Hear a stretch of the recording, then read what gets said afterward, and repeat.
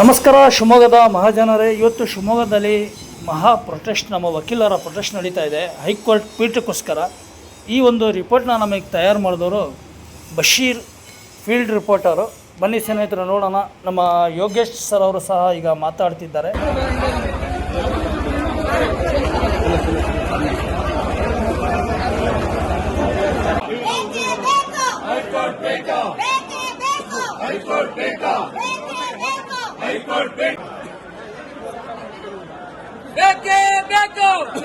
ಒಂದು ಹೈಕೋರ್ಟ್ ಪೀಠ ವಿಚಾರವಾಗಿ ಈಗಾಗಲೇ ಬಹಳಷ್ಟು ಗೊಂದಲಮಯ ಆಗಿರ್ತಕ್ಕಂಥದ್ದು. ಬಹಳ ಮುಖ್ಯವಾಗಿ ಏನು ಮಂಗಳೂರಿಗೆ ಹೈಕೋರ್ಟ್ ಪೀಠವನ್ನು ತೆಗೆದುಕೊಂಡು ಹೋಗಬೇಕು ಅಂತಕ್ಕಂಥದ್ದು ಸರ್ಕಿಟ್ ಪೀಠ, ಅದನ್ನ ನಾವು ಶಿವಮೊಗ್ಗಕ್ಕೆ ತೆಗೆದುಕೊಂಡು ಬರಬೇಕು ಅಂತಕ್ಕಂಥದ್ದು. ಮಂಗಳೂರಿಗೂ ಹಾಗೂ ಶಿವಮೊಗ್ಗ ವಿಚಾರಕ್ಕೆ ಬಹಳಷ್ಟು ತಾರತಮ್ಯಗಳಿವೆ.